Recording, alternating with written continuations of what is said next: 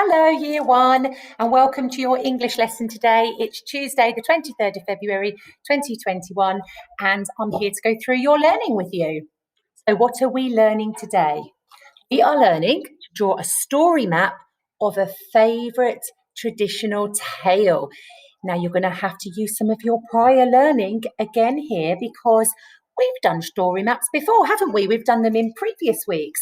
So I hope that you're going to try and use some of the skills that you learned before when we was doing a story map, when we was looking at the book On Sudden Hill. And there's an example of that up on the screen for you now. So just take a moment to try and think back to what you did before, because that's what we're going to be doing today. We are learning to draw a story map of a favourite traditional tale. So we also need to think about those traditional tales and which one might be our favourite. How can we be successful? Well, we need to use our prior learning about features of a narrative to identify the start, the middle, and the end of a story. And we need to use our previous knowledge about creating story maps to create a new story map. Retrieval. How do you know if a sentence needs a full stop at the end or a question mark? So this is something that we're going to start doing called retrieval, which is an opportunity for us to try and get those thinking caps on, remembering learning from the past and how we can bring it into today's lesson and how might we use it in today's lesson. So we're going to have a look at these statements here. Okay, my name is Mrs. Brackenbury. How are you feeling today? Would you like a drink? My hair is brown. Are you going to school? Now, there are 5 statements there. Some of them need a question mark and some of them need a full stop. So let's think, what's the difference between a full stop and a question mark? What does a question mark tell us? Well, we use a question mark if we are asking someone a question. So if you require a response, then it is a question. So how are you feeling today? If I was asking that to somebody, I would expect somebody to reply to me. Therefore, that is a question and it needs a question mark. My name is Mrs. Brackenbury. There's just some information there. I'm telling you something. It's not a question. I don't need a response. So that would be a full stop. That isn't a question.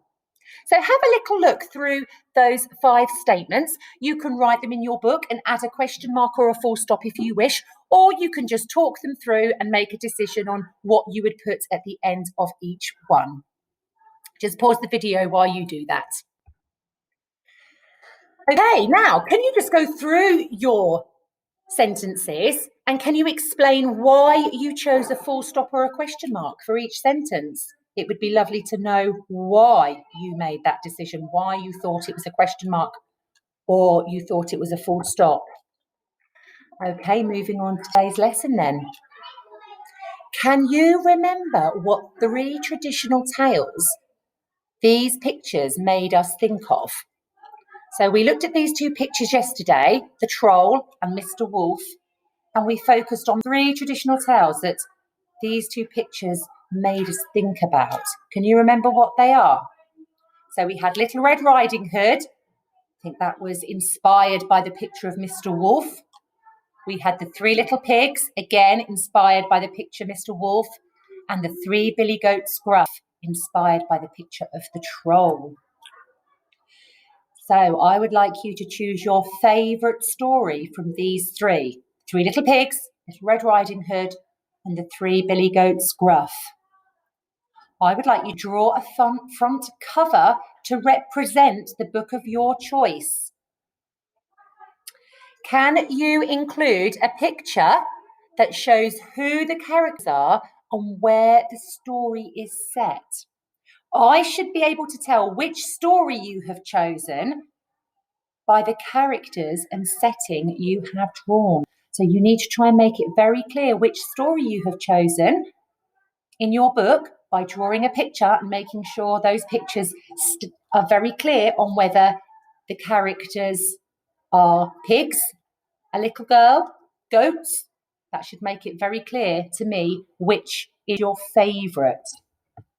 Now, your main activity, you need to discuss what happens at the start, middle, and end of each of the 3 traditional tales.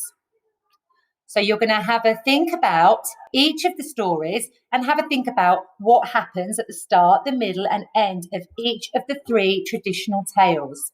But you're just going to choose one of the traditional tales and model a story map showing the main parts of that story. You need to remember that you need to use arrows to show which way the pictures are going next, and label your map with start, middle, and end. You're not to include everything that happens in your chosen story, just the main points. So you're choosing your favourite traditional tale today, either the 3 Little Pigs, Little Red Riding Hood, or the 3 Billy Goats Gruff. You just choose one, and you are going to create a story map to represent that story. And I really would like to see start, middle, and end in there as well, please. So here's just an example of me getting started. So we've got a nice clear label that says start, some pictures that show what happens at the start, some arrows moving on to the middle, some more arrows so I know which direction to follow in. Now, if you would need some support, please use a phonics mat to label your map, start, middle, and end. Have a go at writing the word start by yourself. Use a phonics mat, a sound mat to help you, so you're not always asking a grown-up to scribe for you or copying. Have a go at doing it by yourself. Now, if you'd like to fly high, you can write a sentence to explain the beginning. You can write a sentence to explain the middle and a sentence to explain the end of your story map. Please have a go at including an adjective in each of your sentences. So that is your fly high challenge today. Once you have created your story map, start, middle, and end, your pictures, you've labelled it, you can write 3 sentences. A sentence that explains what's happening at the middle, a sentence to explain the start, and a sentence to explain the end. And you are encouraged to use adjectives. Okay, let's reflect. Hopefully you paused the video and did your work, and now you're coming back so we can have a bit of reflection time and to see how we got on. So what was our learning today? We are learning to draw a story map of our favourite traditional tale. Have you been successful? Can you draw a story map of your favourite traditional tale? Give me a thumbs up if you can.